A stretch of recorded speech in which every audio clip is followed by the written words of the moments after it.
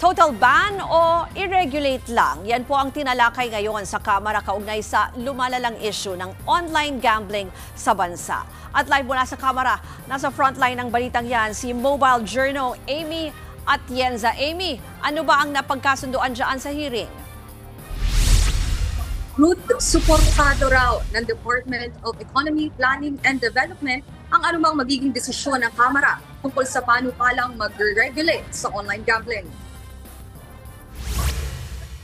Kinikilala ng DepDep ang posibleng benepisyo nito sa bansa, pero giit ng ahensya. Nasa 0.37% lang ang kontribusyon nito sa gross domestic product ng Pilipinas. Ganito rin ang pananaw ng Department of Finance, pero dapat daw ay may matibay na panangga para hindi ito magdulot ng masama.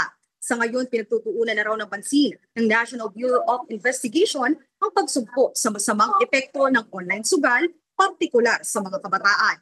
Nais naman ng Philippine Amusement and Gaming Corporation at Bangko Sentral ng Pilipinas na magkaroon ng mahigit na patakaran ukol rito. Nagdudulot daw ito ng pagkalulong at nagagamit sa panloloko, money laundering at iba pang iligal na gawain. Nabanggit din ng PAGCOR na 49% na ang ibinaba ng kita mula sa online gambling dahil na rin sa pagtatanggal ng links sa mga ito sa mga e-wallet.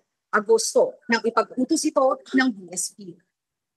Ruth, tungkol naman sa mga illegal na online gambling site, nasa 93% na raw o higit 12,500 sites ang nablock ng National Telecommunications Commission ayon sa PAGCOR. May higit 160 na personalidad na rin daw ang naaresto patungkol naman dito sa operasyon ng illegal online gambling mula January 2023. Ruth?